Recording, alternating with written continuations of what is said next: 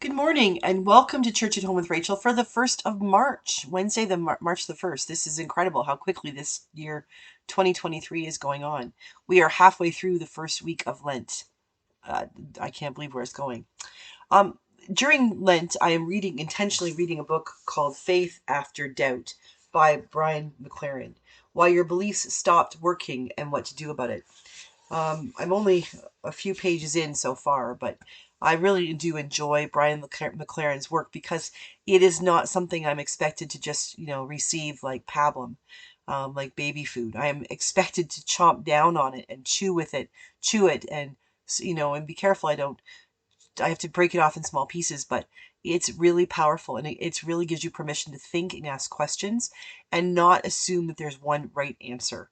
So if you ever had a chance to read any of his books, please do. They're fantastic. But in this book, he's talking about um, faith as a map. He says, for many of us, faith is our map of reality, our map of the universe. It tells us where we are, where we've been, where we're going, where to turn. But as soon as our trusted map stops matching reality, we feel disoriented. We have no idea where to turn, what to do, or how to survive. Perhaps you've had the experience of using a paper map or a GPS guidance system and realizing that because of some glitch or flaw, it's leading you astray or taking you in circles or telling you to keep going straight or turn right when you're actually at a dead end. I laughed out loud when I read this because back when we were in high school, my sister, who is now a geography teacher and she's very interested in cartography and maps and things like that, her friends, we'd moved from Niagara Falls to London. And so she brought her friends up for March break and they asked, I was the only one with the driver's license. So they asked me to take them for a drive. So we're driving through London in a part of town we'd never seen before.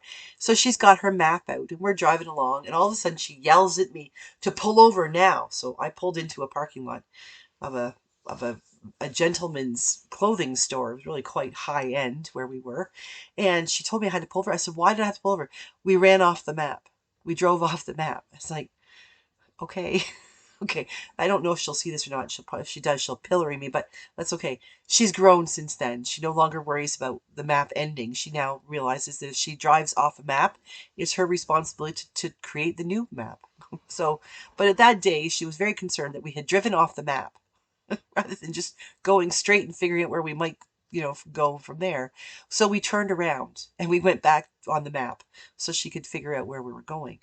But it occurred to me after reading that and thinking about my sister and her driving off the mat moment, thinking about how often we stick to the map. We look around, we see things the way they are, the way we think they're supposed to progress, and we do exactly what we're asked.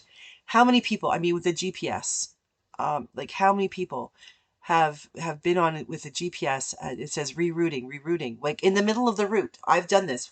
Rob and I were driving through Calgary, and all of a sudden we're on the route going to where we're supposed to go. It says in 1.4 kilometers, turn right, and all of a sudden it just stops and says rerouting. Rerouting. Take next. Take continue to the route, but it's telling us to change routes. And then as we keep going straight, because Rob doesn't worry about the GPS, thank God, eventually comes back to saying, oh yeah, in 1.4 kilometers, turn right. GPS, maps, people's directions, our ability to understand people's directions, they're fallible. They're human constructs. They they give us some instruction for what we can do within the limits of what the person or the group or the information fed into the computer gives it. Just because it's there doesn't mean it's gospel, doesn't mean it's absolute hardcore. This is the only truth. It's a guideline. It's a map. It's like, here you go. Here's a way to get there. Are there other ways to get there? Absolutely. You're walking through the desert and you realize you need to go from one side of the desert to the other. Probably if you're walking through a desert, a straight line is going to be the best way to go to be faster.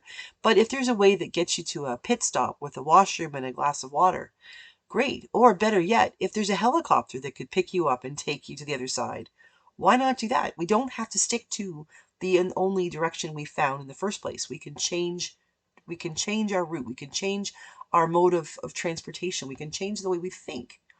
And when we think about our faith, we think about the way we live our lives, just because we've been taught one thing or it's really comfortable to do this doesn't mean that's always the right way to do it. Sometimes, have you ever had that feeling like you just need to turn right or turn left? Like you're humming along and all of a sudden you just know. I've had that happen. And one time I was on the highway. I was heading to Edmonton, and I was on the highway 14, which turns into highway 216. And my GPS was telling me to go straight up and take the next exit on the right, or the 2 or 3 exits up. And for whatever reason, I thought, no, I'm gonna take this exit. The GPS will reroute me anyway when I do this. So I'm going to take this exit. And as I took that exit and was driving parallel to the highway, ahead of me there was an accident. Now, just because some guts feeling, the Holy Spirit, whatever it was, got me to leave that, doesn't mean I would have been in the accident. But it means I would have been slowed down by it. But for some reason, I decided to take an exit early and was running parallel to the highway. Was it necessary? No. But it was a possibility, so I took it. Our lives are like that. We have opportunities to do a new thing all the time. If we don't like the way our life is going, we can change a little thing, and that little thing, just a little degree, if we change it a little bit, ends up making a really big difference over here by just changing by 1 degree a little bit over here. The decisions we make, the places we go, the people we hang out with, the books we read, the experiences we choose to have, and how we choose to process those experiences can change our lives, especially if we're willing to go off the map. So as you go about your day, don't worry about driving off the map. As a matter of fact, take some time to do it intentionally. Throw your map away or find where your map ends and keep on driving, because the chances are someone has been there before, they just haven't mapped it out. And if they haven't, you are driving on virgin territory. Yours will be the first experience ever, and how amazing would that be? Whatever you have to do today, I encourage you to take some time to go off the map. Drop off the edge and see what happens. You might be pleasantly surprised. Have a great day. God bless you, and I'll see you again tomorrow for Church at Home with Rachel.